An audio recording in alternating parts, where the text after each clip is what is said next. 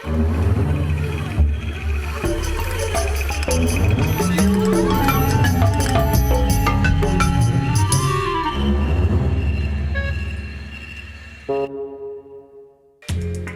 benvinguts a Kekikom.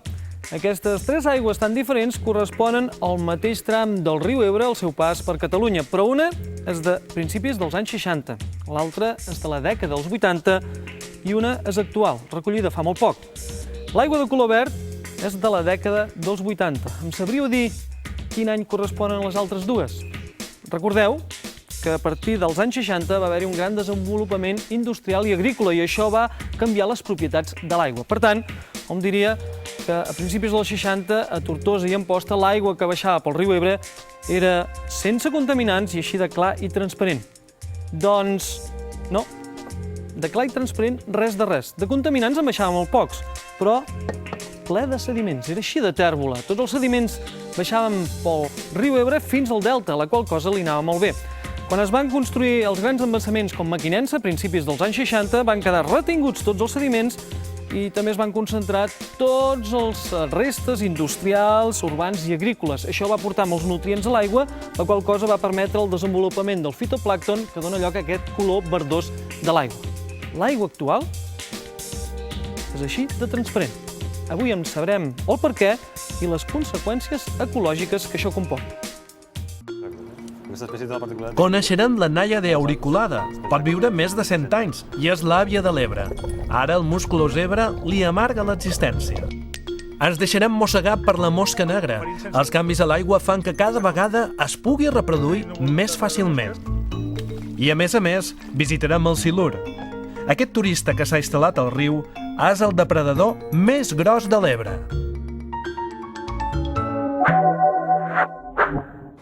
Ho podem veure? Sí. Una de les joies més ben guardades de l'Ebre és la Naia Auriculada, un bivalve d'aigua dolça en perill crític de desaparició. Per aquest motiu se'n mantenen uns quants exemplars tancats en pany i clau per reproduir-los en condicions controlades i estudiar-ne la biologia. Sí, així és com estarien en condicions naturals al riu. Si poguéssim baixar, seria això. Exacte.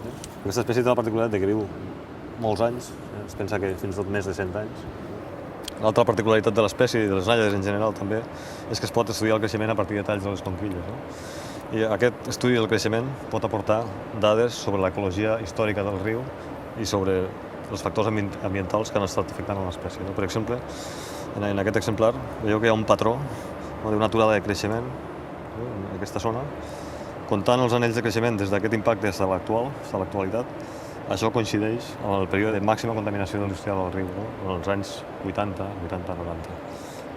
O sigui que això és una miqueta un llibre de la història del riu. Exacte. I aquests 20 anys darrers ha millorat la qualitat, però els anteriors, per si hi ha aquesta irregularitat, estava malament, no? Va patir aquí. Exacte. Aquí l'animal estava patint i per això no podia créixer al ritme normal.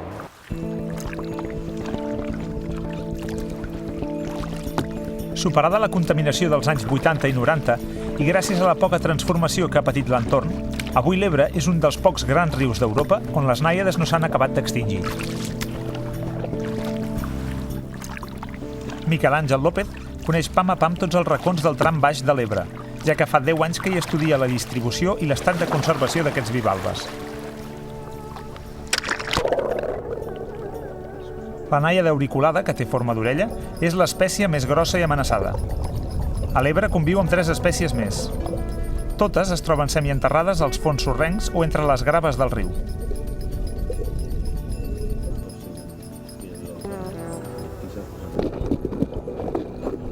L'espècie més comuna i ambientalment tolerant és la Psilonia litoralis. Quina edat deu tenir aquesta, més o menys? Potser cap a uns 10 o així. 10 anys? Sí, al principi creixen molt ràpid. Als 3-4 anys ja són així, per on tinc el dit. Si aquí està entre els 3 i els 4, doncs 5, 6, 7, 8, 9, 10. 10 anys?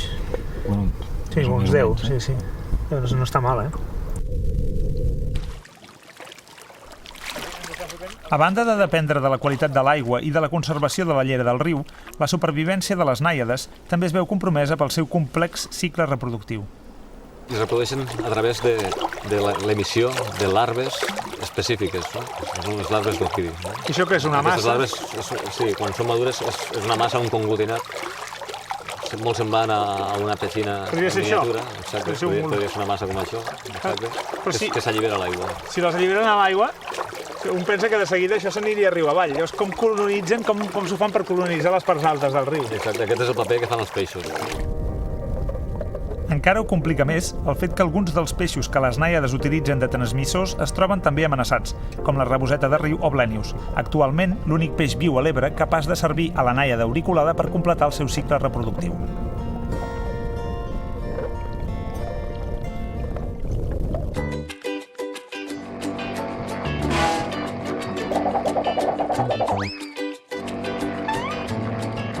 Ei, oi que és econòmic viatjar així? És que havia d'anar 3 quilòmetres riu amunt i les nàiades m'han donat una idea per poder-hi arribar. Aquesta espècie fa servir els peixos per anar d'un lloc a l'altre i escampar-se. Us ho explicaré des del principi. Les nàiades són hermafrodites, tant poden fer de mascle com de femella. Quan la nàiada que fa de mascle allibera els espermatozoides, la que fa de femella els recull i en fecunda els ous. Un cop fecundats, es formen les larves, els gloquidis, i les expulsen una massa enganxosa. És aleshores que han de fer autoestop. Només tenen 48 hores per enganxar-se a les brànquies o aletes d'algun peix, si no, es moriran. Cada espècie de nàiada depèn d'uns peixos en concret, barbs i bagres, raboseta de riu o esturions. Quan han passat unes setmanes, les larves es transformen en nàiades en miniatura, es desenganxen del peix i cauen al fons. Allà s'hi establiran i, si les condicions són bones, creixeran fins a convertir-se en nàiades adultes. I ara em toca a mi. 1, 2 i 3. Veig que aquí n'hi ha de grosses, aprofitem. Aquest també són adults. Hi ha un bivalve invasor que ho ha tingut molt més fàcil. En poc menys de 5 anys, el musclozebre ha experimentat una expansió desorbitada.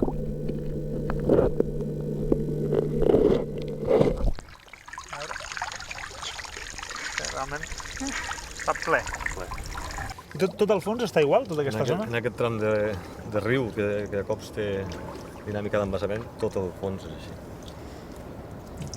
I això com va començar, això? Això, el que no sabem és quina va poder ser la font d'introducció, però el que tenim més o menys clar és la data en la que va començar, que va ser al voltant de l'any 2001. 2001. I en solament un any ja havia ocupat gairebé tot l'embassament de Riba-roja, de tal manera que ja s'havia convertit en una plaga de dimensions catastròfiques. Quina és la diferència entre aquests bivalves, el musclozebre, i les nàiades, que són els autèntics d'aquí del riu? Són dos grups zoològics completament diferents. Fixeu-vos que les nàiades viuen al substrat, semisoterrades al sediment, en canvi el musclozebre té un hàbit més de musclo, típic de musclo, necessita adherir-se a substractes durs, tipus les pedres, tipus colleres. I després tenen una forma de reproducció completament diferent també. Així com les nàiades necessiten peixos hoste que els serveixin d'intermediaris de les seves larves, en el musclozebre això no passa. Està planíssim, Sí, la via que tenen per a remuntar els rius, de fet, actualment, és la via antròpica, no? A través de la mà humana, a través d'embarcacions que pugen riu amunt i estan infestades de musclozebre. S'enganxen, com aquí la pedra, s'enganxen amb una embarcació i l'embarcació els hi fa la feina. Amb el seu creixement massiu, el musclozebre esdevé un problema, ja que embossa les canonades i tubs d'abastament d'aigua, els circuits de les centrals hidroelèctriques i, en general, qualsevol estructura submergida. Però el problema més greu que ocasiona el musclozebre és un canvi en la qualitat de l'aigua.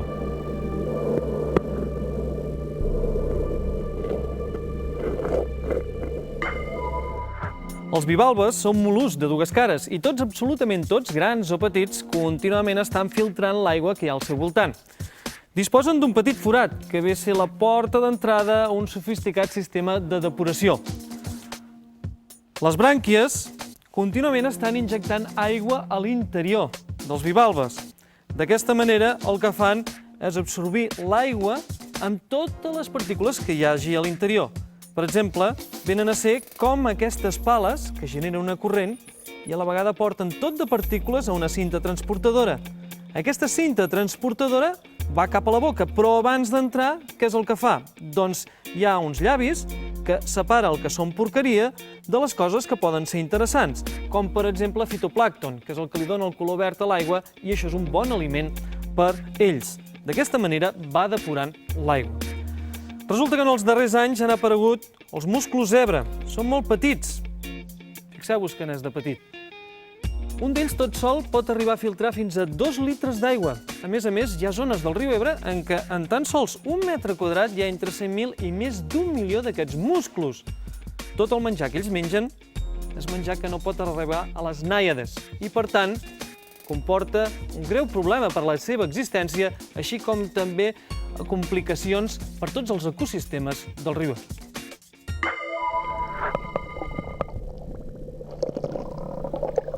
L'activitat filtradora del musclozebre, sumada a la progressiva depuració de les aigües residuals per part dels humans, ha propiciat un increment molt notable de la transparència de l'aigua. D'aquesta manera arriba més llum a les plantes aquàtiques que han pogut créixer espectacularment. Rosa Trobajo fa un control periòdic de les plantes aquàtiques en diferents punts de l'Ebre, des de Móra fins a Xerta. Fem el control d'aquestes plantes perquè justament aquestes plantes són de refugi de les larves de la mosca negra. I la mosca negra ara actualment des de fa 2 o 3 anys és una plaga aquí en aquestes terres de l'Ebre. Abans sempre hi havia hagut mosca negra, però des que apareixen els macròfits en el riu és un refugi perquè les larves posin ous, incrementa la població i és quan esdevé una plaga.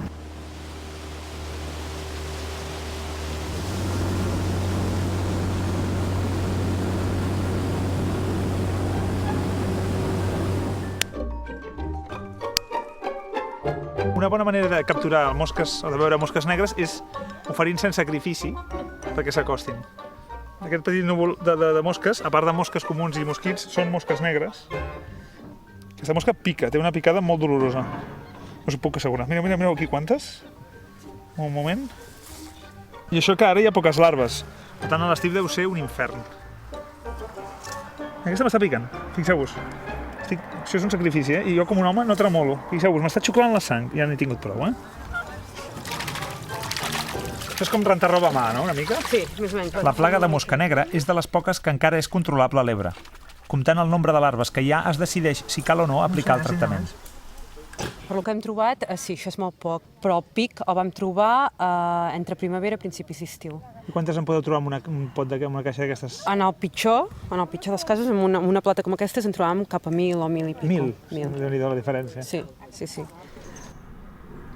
El tractament per erradicar la mosca negra, anomenat BTI, es fa amb una proteïna extreta d'un bacteri que resulta tòxica només per les seves larves.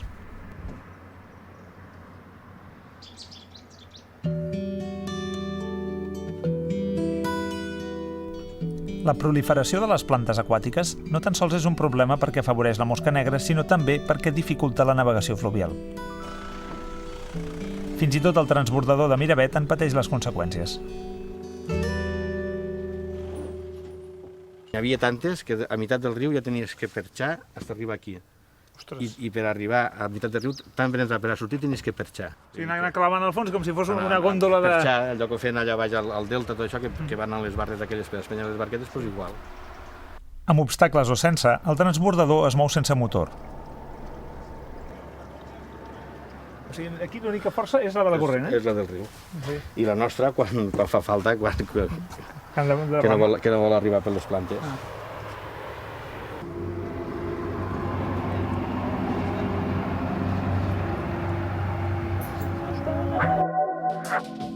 El transbordador pas de barca de Miravet senzillament són 2 barques. Bé, de fet són 2 llaguts perfectament lligats i al damunt una gran plataforma. I perquè tot el transbordador no se'n vagi riu avall, el que es fa és lligar-lo amb un cable anomenat ramalet, que a la vegada està lligat mitjançant una politja a la gúmena, que és un cable molt més gruixut, que està perfectament ancorat a un costat i a l'altre del riu. Això no permet que el transbordador se'n vagi riu avall, però com dimonis s'ho fa per anar a un costat i a l'altre si no té motor ni té rems? Doncs senzillament utilitzant el timó. El timó aniria aquí al darrere, nosaltres l'hem exagerat i per veure bé els seus efectes l'hem col·locat aquí al mig. En comptes de fer-hi passar aigua riu avall, hi farem passar-hi aire, que és un fluid, i pel cas és el mateix. Amb el timó paral·lel a la corrent, fixeu-vos que no li passa res al transbordador. Però només cal que moguem una mica aquest timó perquè una part de la força de la corrent de l'aigua faci desplaçar el llagut a un costat. I el barquer que fa? Per anar a l'altra banda, senzillament gira el timó en aquest sentit i així de forma successiva, sense gastar en absolut ni un litre d'energia. D'aquesta manera, llaguts com el de Miravet són els més ecològics del món.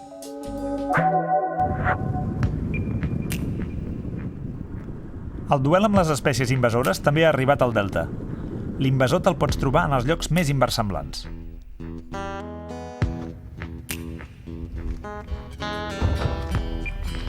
I aquest cranc, quin és el seu origen? És d'origen americà, és introduït i aquí el delta va arribar fa uns anys i està causant una mica de problemes al que és l'agricultura. Mira, un altre. El cranc americà va ser introduït per a l'alimentació humana. Tanmateix, l'èxit que no ha tingut a la cuina l'ha tingut colonitzant el medi fins al punt que ha esdevingut una plaga. Mira aquest. Ja en tenim uns quants. Déu-n'hi-do, no, els que hi ha? Sí. I això, quin problema tenen aquí els arrossars? Pues has vist estos forats que fan, aquestes galeries que excaven, comuniquen, en aquest cas, un arrossar en un altre no hi ha massa problema, però els arrossars que estan a la vora d'un canal de desguàs, per allí marxa tota l'aigua. Llavors es seca els camps i tenen que anar contínuament tapant forats. Hi ha poques esperances de fer desaparèixer aquest cranc.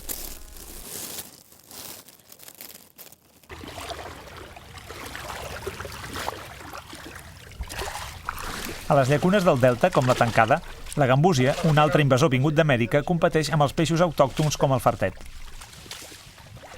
Els tècnics del Parc Natural del Delta fan un seguiment de les poblacions de fartet i de gambúsia per veure com evolucionen.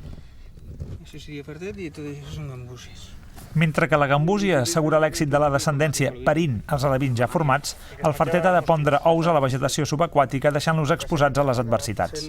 Una plaga, però no només aquí, sinó a tot el món. La gambúsia està extesa, és d'origen americà, està estesa per tot el món. Una vegada més, el coll d'ampolla de les espècies autòctones enfront de les invasores és la reproducció. El fartet i el samaruc ponen ous, això és una desavantatge.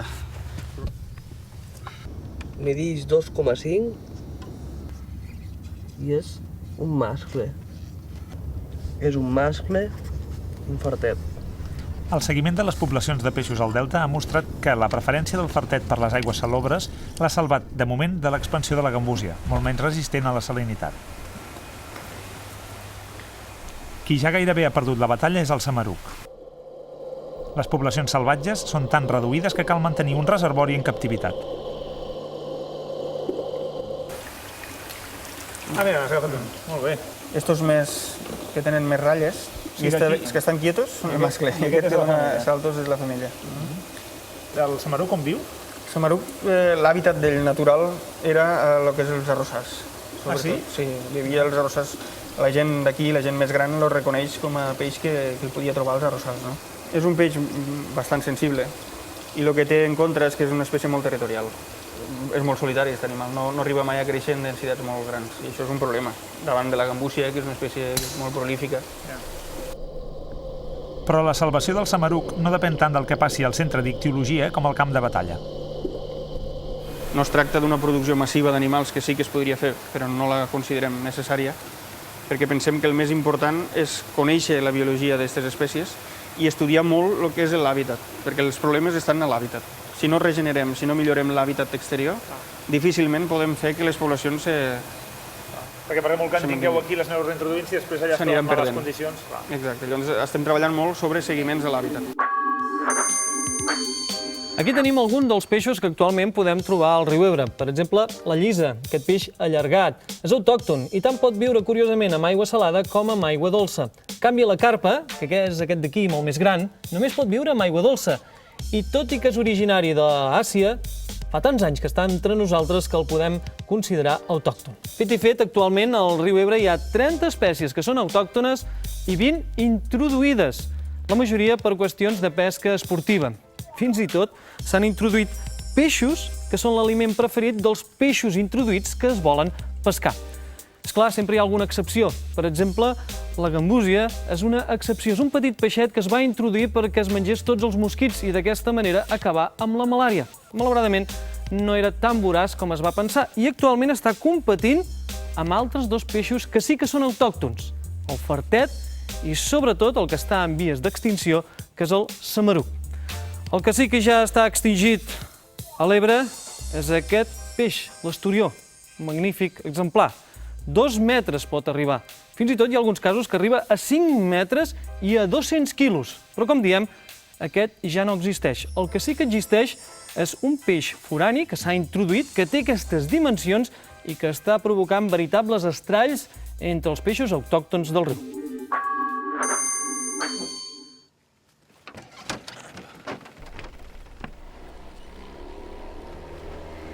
El gran depredador de l'Ebre és el silur. Es troba sobretot als embassaments de Mequinensa i Riba-roja, on va arribar l'any 1974, aparentment des del Danubi, introduït irregularment per la pesca esportiva.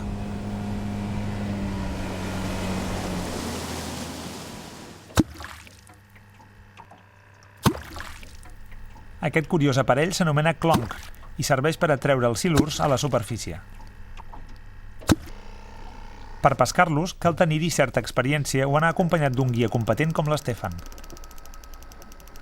Amb tot, és necessària una bona dosi de paciència. Ha picado!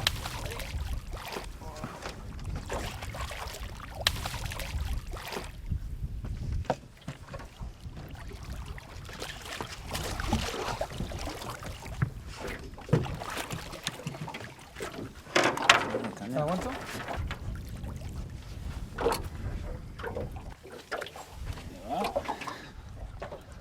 Encara que sembli gran, aquest silur és molt petit. Un silur pot arribar a fer fins a 2 metres i pesar fins a 150 quilos. Viu en un món de tenebres, amb les aigües molt tèrboles, no només perquè són verdes, sinó perquè més avall al fons el llim s'aixeca i realment no es veu res. Per tant, no fa servir gairebé els ulls i per això són tan petits. En canvi, viu en un món tàctil, amb aquestes 2 antenes de la mandíbula superior i 4 petites antenes que té aquí, a sota.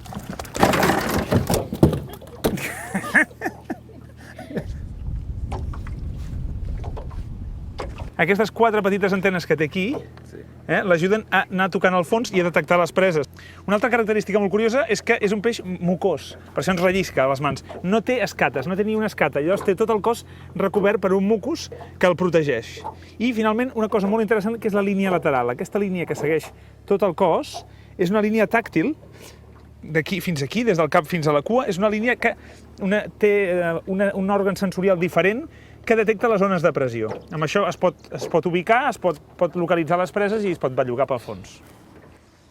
Un poco naco, ¿eh? Sí. ¿Cuánto debe pesar este?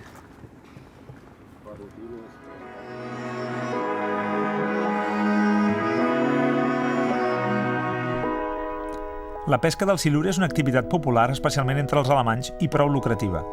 Es tracta d'una pesca amb retorn. Un cop feta la fotografia amb el trofeu, es retorna l'animal a l'aigua. Sembla que només els silurs petits són comestibles, ja que els grossos tenen massa greix i gust de llim.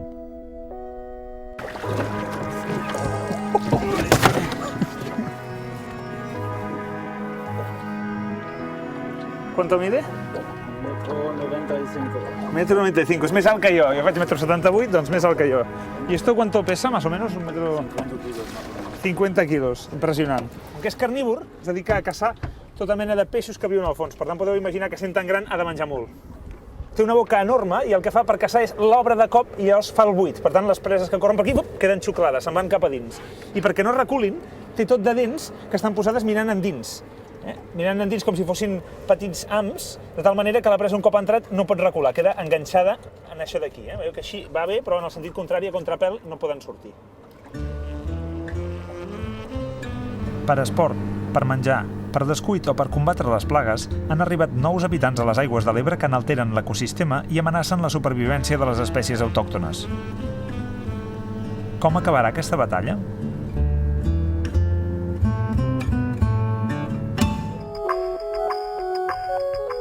El retorn de la nàiada, de Toni Llobet, és un conte infantil bellament il·lustrat que descriu la biologia bàsica i la problemàtica de conservació de les nàiades. Per la seva claredat, és també molt recomanable pels adults. Per als més naturalistes, recomanam Les Poissons d'eau douce, de Fritz Terofal, una completa guia d'identificació dels peixos europeus autòctons i introduïts. A aquesta plana web hi trobareu una extensa relació de les espècies exòtiques i invasores de la península Ibèrica ordenada per grups zoològics, amb fitxes detallades i abundants enllaços i bibliografia. Imagineu-vos un pagès de les Terres de l'Ebre que torna a casa seva després d'haver comprat al mercat un conill i un manat de pastanagues, acompanyat d'un gos ben famolenc. Per arribar a casa seva ha de creuar el riu Ebre i ho ha de fer amb la seva barca, que és tan petita que només hi cap ell i un d'aquests elements. És clar que si primer creua el manat de pastanagues, quan torni no trobarà el conill perquè el gos se l'haurà cruspit. Per contra, si el que primer creua el riu és el gos, de pastanagues en quedaran ben poques, perquè serà el conill qui se les menjarà. Com ho ha de fer aquest pobre pagès? Doncs li donarem un cop de mà. El primer creuarem amb el conill, perquè el gos no es menja les pastanagues. Anirem a buscar les pastanagues i un cop les deixem, agafarem ràpidament el conill i el col·locarem aquí. I al mateix moment que el deixem, agafarem el gos famolenc i el portarem a l'altra banda. I voilà, el pagès ben content agafarà el conill i cap a casa tot seguit.